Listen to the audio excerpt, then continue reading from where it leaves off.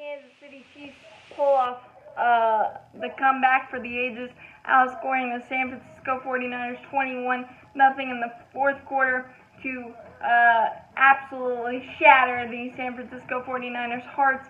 And Kyle Shanahan, all I gotta say is deja vu all over again, and not in a good way. Sports are really painful sometimes, but they're really joyful on the Kansas City side.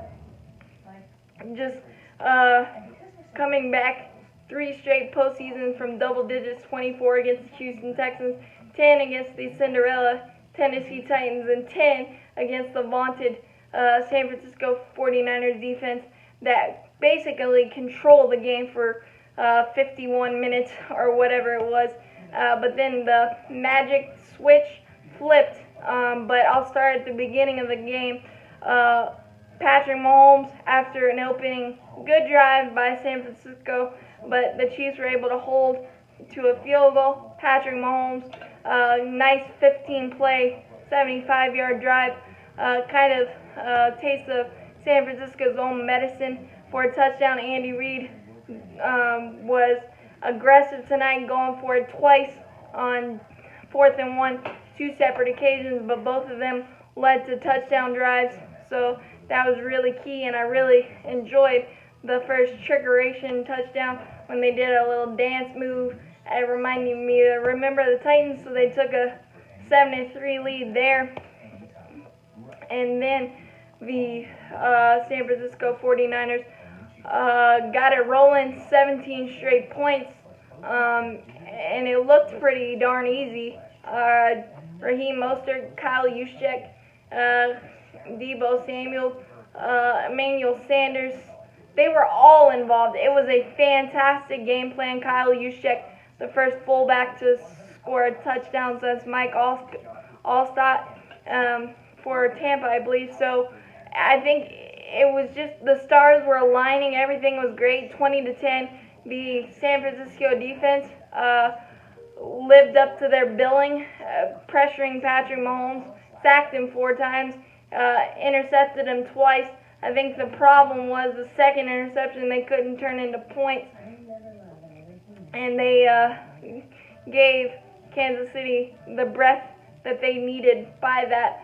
But let's be honest, Patrick Mahomes didn't have a typical Patrick Mahomes up and down the field Legion of Zoom. They couldn't get separation. They couldn't make the easy passes. Patrick Mahomes, even when he wasn't pressured, he had a muddy pocket, and he heard footsteps, and that affected the easy throws. He couldn't make those, and then the 2 interceptions were just poor decisions and miscommunications. One deflected off of Tyreek Hill. He could have caught it, but it was behind him, so it was a poorly executed throw by Mahomes.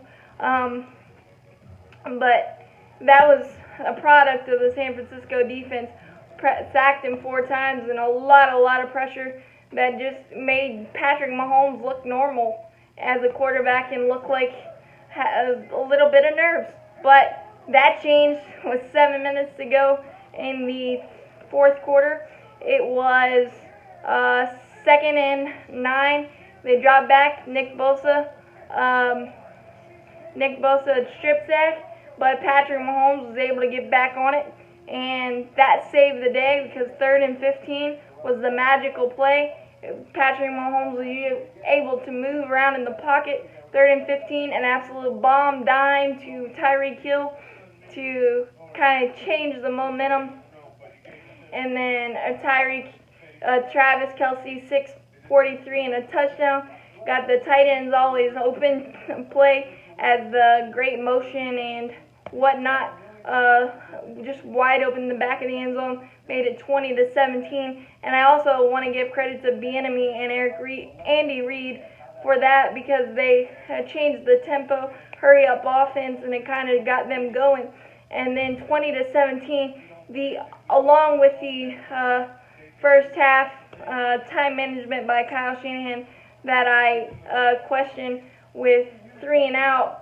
Like I said, 3 and out, and they would have had 1:35. Instead, they let the clock run, and it didn't work out. They did get a ticky-tack OPI, then I probably wouldn't have called him the Super Bowl, but Kittle did extend the arm, so there was that, like I said earlier.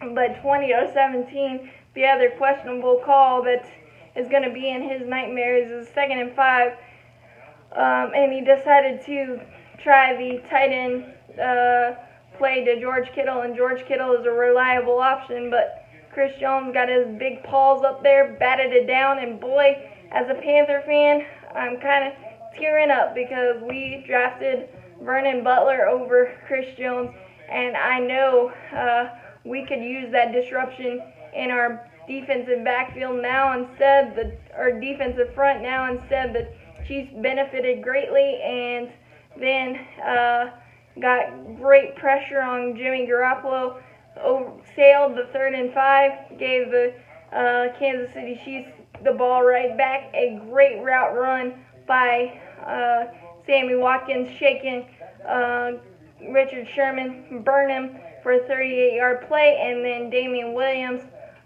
with the acrobatic ballerina-esque touchdown to get the ball over the pylon before his right toe slipped on or stepped out of bounds. That could have gone either way, honestly, in my opinion, but 24-20, and then the Chiefs defense stepped up once again. Jimmy Garoppolo did miss a couple of throws. The 3rd and 10 bomb to Emmanuel Sanders, he was hit just enough to throw that off. He threw it a little too far for Emmanuel Sanders, and then was sacked on 4th and 10, and then Damian Williams put the nail in the coffin with a 38-yard run that helped me big time in fantasy, so thanks for that. 31-20, and then just for good measure, they picked off Jimmy Garoppolo at the end just to put some more good stats up there for the defense. But it was a complete game for Kansas City, probably for the offense, not what they wanted, but the best 7 minutes they've ever played. Congratulations to Andy Reid, Big Red, you deserved it. 366 game was the magical number for you. One of the more impressive complete seasons I've ever watched. Especially in the postseason. Just all the adversity, and nothing mattered. It helped that you had 1-5 back there, Patrick Mahomes, the youngest MVP. Although I thought it should have been Damian Williams, but I don't think Chiefs Kingdom cares. But that was a fantastic NFL season. Can't wait for more. But baseball, the stage is yours. Don't forget to subscribe, as I will still follow the NFL news and keep you up to date, because there's going to be a lot of star quarterbacks, especially changing zip codes. But congratulations to the Chiefs. Congratulations to Andy Reid. Congratulations to everybody involved. This was a great game. Thank you so much. NFL 100th season.